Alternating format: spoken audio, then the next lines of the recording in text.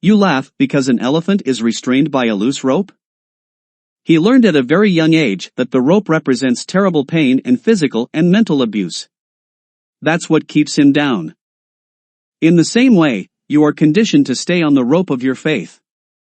Supposedly voluntary.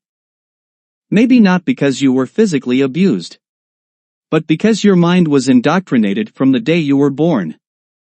The family you ended up in constantly talked about faith. They took you to church. You grew up thinking that everything that happened in the church was the truth about life. Later, as an adolescent, when you tried to discover if you could be stronger than the rope, you were besieged on all sides and bombarded with disapproval and threats. Then you let the rope tie you down again. You faithfully followed again out of fear of those rules and laws that were once imposed on you. In your journey to adulthood, it is normal to let go of your rope again and look at what is the truth based on facts. And then to discover that everything you had accepted as truth was not yours at all, but your environment. Of course, it is a shock when you find out that God does not exist. It is the same mighty rope that keeps the elephant standing. There is no God because something that exists is living. And you can see something that is alive. Even if that God has all those magical powers that are attributed to him, he could easily have shown himself to you. Then he would certainly reward all those believers who always follow his rules.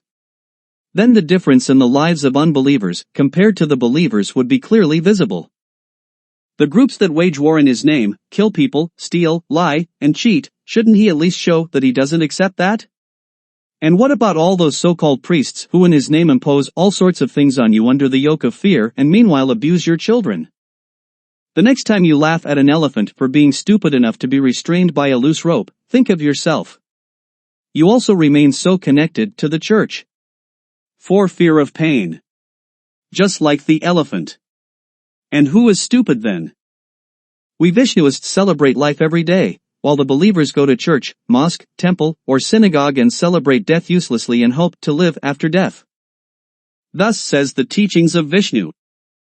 Whoever believes in the hereafter is not well informed, and whoever believes in having life after their death will be dead at that time, for whoever enters the heavenly paradise is lifeless and no longer belongs to living nature. For more information about what faith can do to you, go to vishnuh.nl.